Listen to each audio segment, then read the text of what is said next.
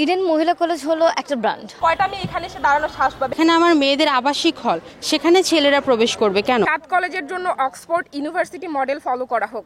7 কলেজের সমন্বয়ে গঠিত প্রস্তাবিত ঢাকা সেন্ট্রাল ইউনিভার্সিটির খসড়া অধ্যাদেশ প্রত্যাখ্যান করেছে ইডেন মহিলা কলেজের শিক্ষার্থীরা। বিদ্যালয়ে অধিভুক্তি বাতিল করে তারা অভিযোগ করেন ঢাকা বিশ্ববিদ্যালয়ের বৈষম্য দূরীকরণ ও উচ্চশিক্ষার আধুনিকায়নের লক্ষ্যকে সামনে রেখে 7 কলেজের শিক্ষার্থীরা একত্রিত হয়ে একটি সামষ্টিক আন্দোলনের সূচনা করেছিল।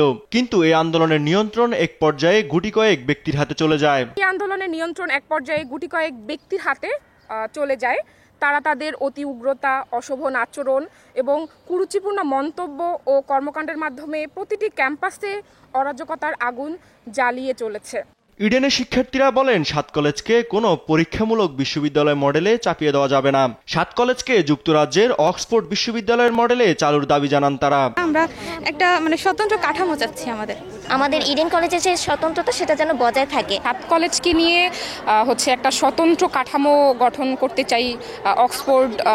অক্সফোর্ড সিস্টেমের কলেজিয়েট সিস্টেমে আর কি চাই। ছেলে শিক্ষার্থীদের সঙ্গে ক্লাস করা নিয়েও নিজেদের আপত্তির কথা জানান ইডেন শিক্ষার্থীরা।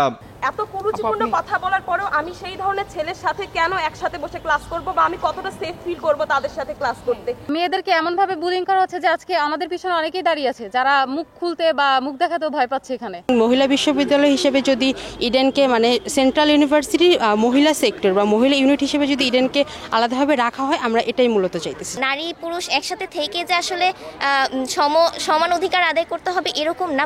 নতুন শিক্ষা কমিশন বা নতুন রিভিউ কমিটি গঠন করে বাস্তবসম্মত সমাধানের পদক্ষেপ নেওয়ার আহ্বান জানান তারা। আমাদের ঐতিহ্যের দিকে কেউ যদি হাত বাড়ায় সেটা তো আমরা মেনে নিতে পারবো না।